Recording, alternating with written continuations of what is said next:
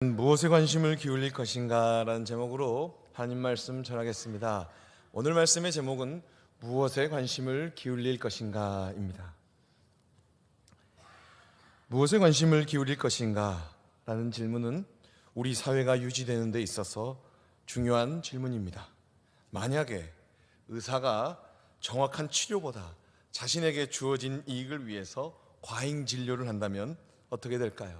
또 만약 의사가 급박한 환자가 있는데 소극적인 진료를 한다면 어떻게 될까요? 또 검사가 자신의 이익을 조차 죄에 대한 단죄를 불공정하게 한다면 어떻게 될까요? 군대의 지휘관이 자신의 영달을 위해서 훈련을 등한시한다면 어떻게 될까요? 국가, 기관, 산업에 치명적인 정보를 지니고 있는 자가 자신의 이익을 위해서 돈을 받고 그것을 팔아넘긴다면 어떻게 될까요? 정치인이 국가나 국민의 이익이 아니라 자신의 이익만을 위해서 법률을 만든다면 어떻게 될까요? 또 목사가 자신의 이익을 위해서 하나님의 말씀을 휘게 전하면 어떻게 될까요? 이 모든 일들은 생각만 해도 끔찍하기 때문에 생각하기도 싫습니다. 바로 오늘 말씀의 제목은 무엇에 관심을 기울일 것인가입니다. 우리 성도님들은 과연 이렇게 신앙생활, 아주 훌륭하고 아름다운 교회의 전통을 이어갈 만큼 신앙생활 잘하고 계시는데요, 신앙생활, 영적 생활 가운데 있는 우리 성도님들은 무엇에 관심을 기울이고 있습니까? 이 시간 사도행전 강해 8번째 시간이고요, 지난 사도행전 강해에 이어 오늘은 사도행전 8장 25절까지의 말씀을 살피도록 하겠습니다. 부활하신 예수님께서는 승천하시기 전에 부활을 목격한 제자들에게 사명을 주셨고, 또 그 제자들이 사명을 잘 감당할 수 있도록 성령을 부어주시겠다고 말씀 약속하셨습니다. 이 내용이 사도행전 1장 8절에 나와 있는데요, 우리 다 같이 한 목소리로 우리 힘차게 읽어보겠습니다. 읽겠습니다. 오직 성령이 너희에게 임하시면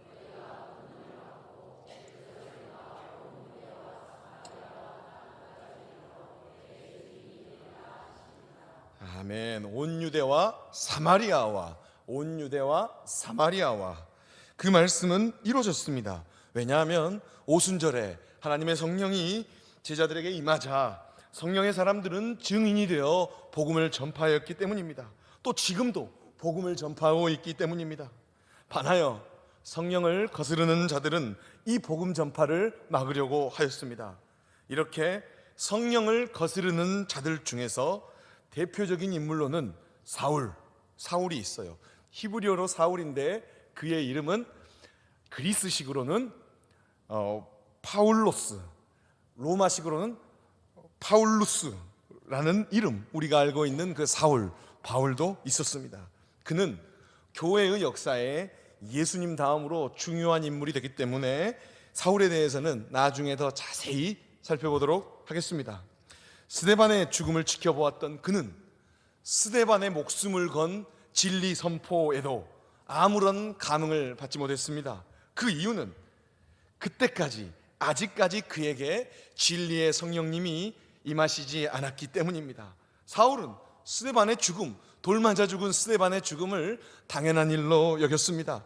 아니, 오히려 스데반의 죽음을 지켜보았던 그는 잘못된 길을 가고 있는 교회 공동체를 그대로 두면 우리 예루살렘을 비롯한 유대 사회를 오염시키겠다라고 확신을 가졌습니다. 그래서 그는 자신의 민족을 위해 다음 말씀 사도행전 8장 3절과 같이 행동하였습니다. 8장 3절 말씀 우리 다 같이 한 목소리로 읽겠습니다. 사울이 교회를 잔멸할새 각 집에 들어가 남녀를 끌어다가 옥에 넘기니라. 아멘. 사울을 비롯한 유대 종교 지도자들은 예루살렘 교회를 박해했습니다. 그 결과 사도들을 제외한 12사도들을 제외한 모든 제자들은 다 유대와 사마리아 지역으로 흩어졌습니다. 그러나 이 일은 성령에 거스르는 자들의 의도와는 달리 교회가 더 확장되는 결과를 낳았습니다. 순교한 스데반 집사를 제외한 다른 집사들도 흩어져서 복음을 전하게 되었습니다. 그 가운데 한 사람, 바로 빌립 집사를 살펴보고자 합니다. 우리 이 시간 빌립 집사님에 대해서 살펴보고자 합니다. 빌립 집사는 사마리아 지역에서 복음을 전하였습니다. 이 사마리아 지역 한 번 더 클릭해 주세요. 그러면 사마리아 지역이 이 붉은색으로 치어쳐져 있는 곳입니다. 이 사마리아 지역에서 빌립 집사님은 예수님의 부활을 전파하였습니다. 빌립 집사님은 사마리아에서 부활하신 예수님이야말로 그리스도이시다라는 사실을 전파하였습니다. 즉 사마리아에서 복음을 전하였다는 것입니다. 과연 빌립이 전한 복음을 사마리아 지역의 사람들은 어떻게 받아들였을까요? 이 질문에 대한 답이 사도행전 8장 6절에 나와 있습니다. 우리 한 목소리를 읽어볼까요? 읽겠습니다. 무리가 빌립의 말을 듣고 행하는 표적도 보고 한 마음으로 그가 하는 말을 따르더라. 아멘. 사마리아 지역에 있는 사람들은 빌립이 전한 복음을 믿음으로 받아들였습니다. 또 성령의 사람 빌립이 행한 표적을 보고 믿었습니다. 이렇게 사마리아 지역 사람들은 빌립을 통한 복음 선포를 믿음으로 받아들이자 그들은 더 큰 기적을 보게 되었습니다. 그것은 더럽고 악한 귀신이 떠나는 기적, 그리고 중풍병자와 안진뱅이가 치료되는 기적이었습니다. 성령의 사람 빌립으로 인하여 사마리아 지역은 한마디로 다음과 같은 복을 누리게 되었습니다. 8장 8절에 이 내용이 있습니다. 읽어볼까요? 8절입니다. 읽겠습니다. 그 성에 큰 기쁨이 있더라. 그 성에 무엇이 있더라? 큰 기쁨이 있더라. 큰 기쁨이 있더라. 성령의 사람 빌립이 사마리아 지역에 복음을 전하자 복음을 받아들인 사마리아 성에는 큰 기쁨이, great joy, 바로 큰 기쁨이 있었다라고 성경은 말하고 있습니다. 이것은 당연한 일 아니겠습니까? 우리의 궁극적인 문제, 죽음의 원인인 죄의 문제를 해결하는 복음, 우리에게 영원한 생명을 주는 복음이 큰 기쁨을 가져다 주는 것은 당연한 일 아니겠습니까? 또 이 기쁨은 위로부터 온 소식, 하나님으로부터 온 소식이기 때문에 이 기쁨은 정말로 말로 표현할 수 없고 어떤 가치로 측량할 수 없는 기쁨입니다. 여러분, 우리나라를 한번 생각해 보십시오. 우리나라 역시 냉정하게 여러분들 이전에 어떤 나라였습니까? 100년, 150년을 머리와 문자와 역사와 TV의 지식을 다 동원해서 우리나라를 한번 생각해 봅시다. 우리나라 역시 복음이 선포되어 열매 맺기 전에는 온통 술 취하였고 양반 상놈 따지고 여성을 학대하고 우상과 귀신을 숭배하며 중국 숭배하던 미개한 나라 조선이었어요. 150년 전만 해도. 그 조선은 자신을 지킬 수 없을 만큼 국력이 약했습니다. 그래서 36년간의 식민지 시대를 받아들여야 했습니다. 또 하나님의 은혜로 이러한 식민지 생활이 끝나게 되었음에도 불구하고 식민지 시대에 국내에 잠입하여 강한 영향력을 미치던 공산주의자들이 만들어낸 좌우 대립으로 나라는 혼란하였습니다. 그리고 6.25로 나라는 완전히 폐허가 되지 않았습니까? 하지만 이런 우리나라에 복음이 들어오고 선포되고 열매를 맺자 그 결과 지금 우리나라는 어떤 나라입니까? 지금 대한민국은 세계 최강국의 반열에 들어섰다 해도 과장도 아니고 무리가 아닙니다. 우리 대한민국이 세계 최고입니다. 지금 그 어떤 나라도 지금 전쟁의 리스크가 있어도 대한민국의 데이터나 경제나 이런 것들이 뜨겁게 움직이기 때문에 아무도 지금 건들 수 없을 만큼 아직은 강하고 전 세계에서 강한 나라가 대한민국이 되었습니다.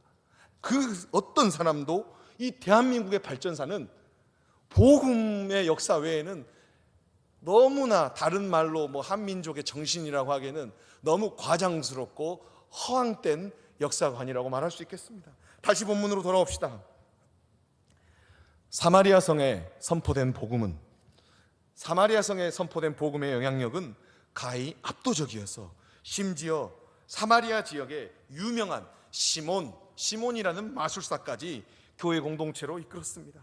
시몬이라고 하는 사람은 사마리아의 복음이 선포되기 전까지는 사마리아에서 자칭 큰 자요, 또 나름 하나님의 능력을 지녔다고 하는 자였습니다. 하지만 빌립 집사가 사마리아에 가서 예수 그리스도를 통하여 하나님의 나라가 시작되었다라는 복음을 전하면서 기적을 보이자 어떤 일이 일어났습니까? 시몬이라고 하는 마술사의 영향력은 사라졌습니다. 왜냐? 사마리아의 많은 사람들이 빌립이 전한 복음 선포를 듣고 주 예수 그리스도를 믿기로 작정했기 때문입니다. 믿음으로 세례를 받았기 때문입니다. 더 이상 그들은 시몬이 보이는 얄팍한 마술에 관심을 두지 않았기 때문에 이제는 현혹될 겨를도 없었습니다. 상황이 이렇게 되자 시몬 역시 사마리아에서 살려면 믿고 세례를 받지 않을 수 없었던 것 같습니다. 그래서 이때 시몬도 빌립에게 세례를 받게 되었습니다. 그런데 이때 주 예수 그리스도 이름으로 세례를 받은 시몬은 과연 무엇에 관심을 더 기울였을까요? 복음의 진리였을까요? 아니면 성령께서 보여주시는 능력, 기적에 더 관심을 기울였을까요? 이 질문에 대한 답은 조금 이따가 나올 것입니다. 우선 13절 말씀 보시죠. 8장 13절입니다. 읽겠습니다. 시몬도 믿고 세례를 받은 후에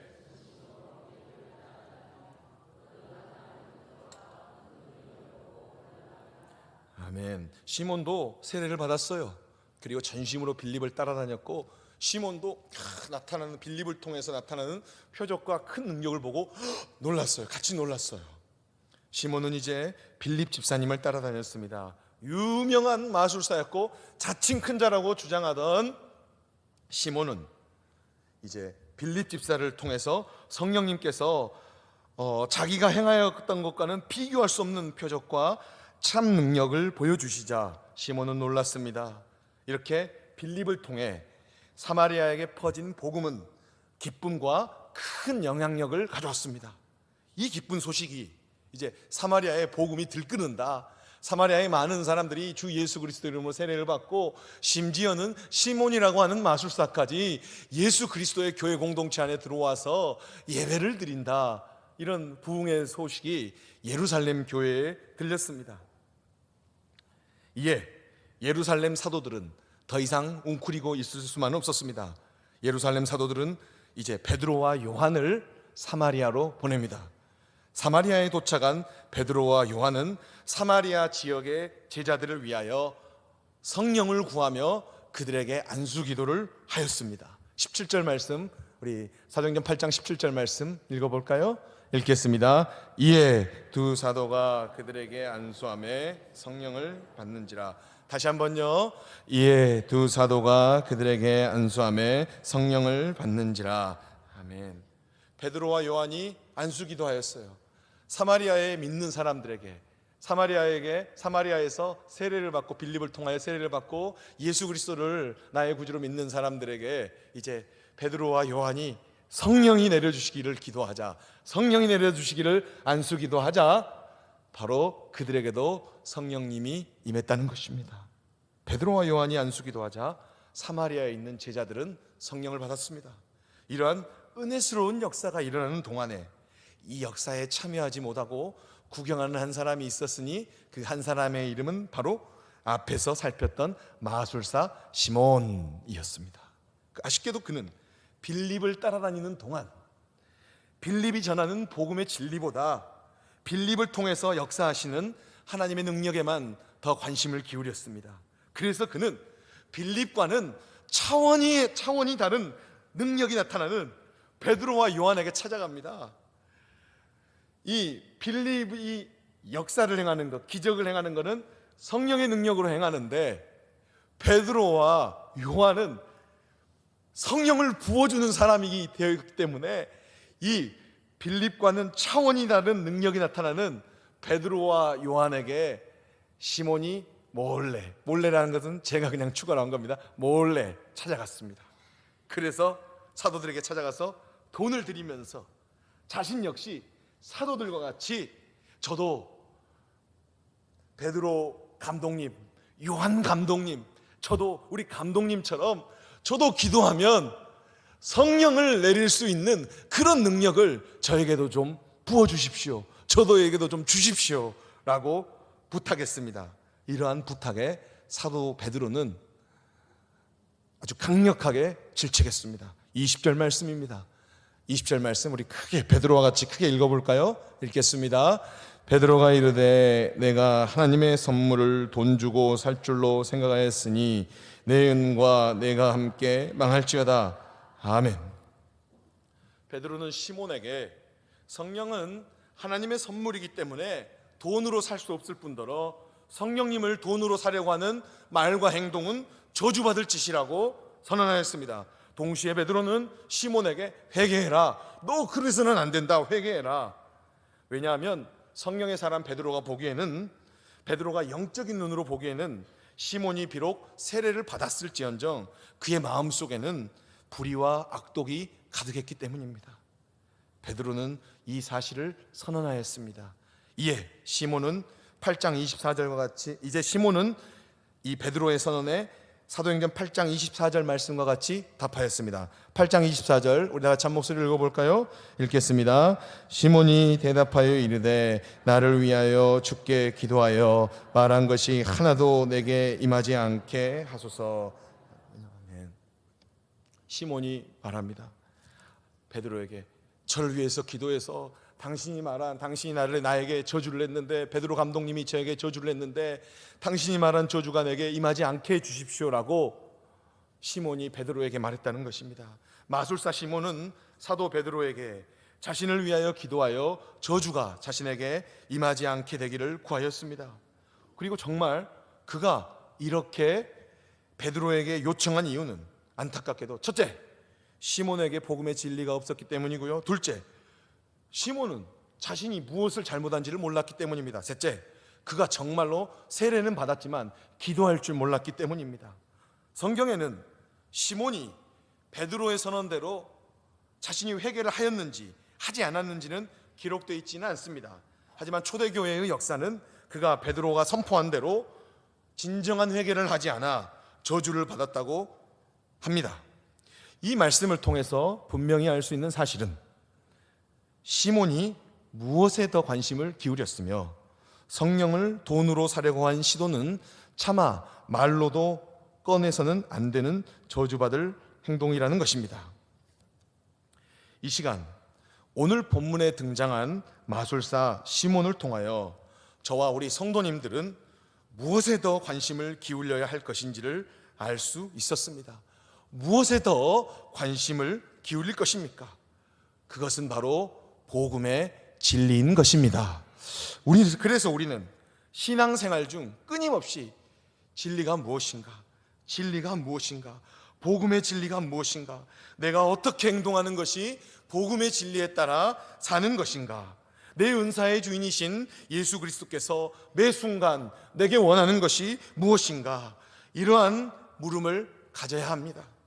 우리가 끊임없이 복음의 진리를 갈망하고 추구하고 복음의 진리를 전한다면 내 영혼을 포함한 내게 속한 모든 공동체, 내 가정, 내 교회, 내 조국 대한민국에 큰 기쁨이 넘칠 것입니다. 이 큰 기쁨은 어렵고 고통스러운 신앙생활을 지속할 수 있는 힘을 줄 것입니다. 그리고 이 큰 기쁨은 우리 영혼의 빛이 될 것입니다. 여러분, 올바른 것에 관심을 가지셔서 복음의 진리에 관심을 가지셔서 그것을 어떻게 계속해서 추구하고 어떻게든지 전하려고 하고 복음의 진리에 따라서 은사의 주인이신 그리스도께서 내가 어떻게 하기를 원하시는가, 그것을 계속 추구함으로써 주님께서 주시는 기쁨, 위로부터 오는 기쁨, 내 영혼의 깊은 곳에서 오는 기쁨을 누리시기를 주님의 이름으로 부탁합니다. 이 기쁨이 넘치는 성도들 되시기를 다시 한번 주님의 이름으로 부탁하고 축원합니다.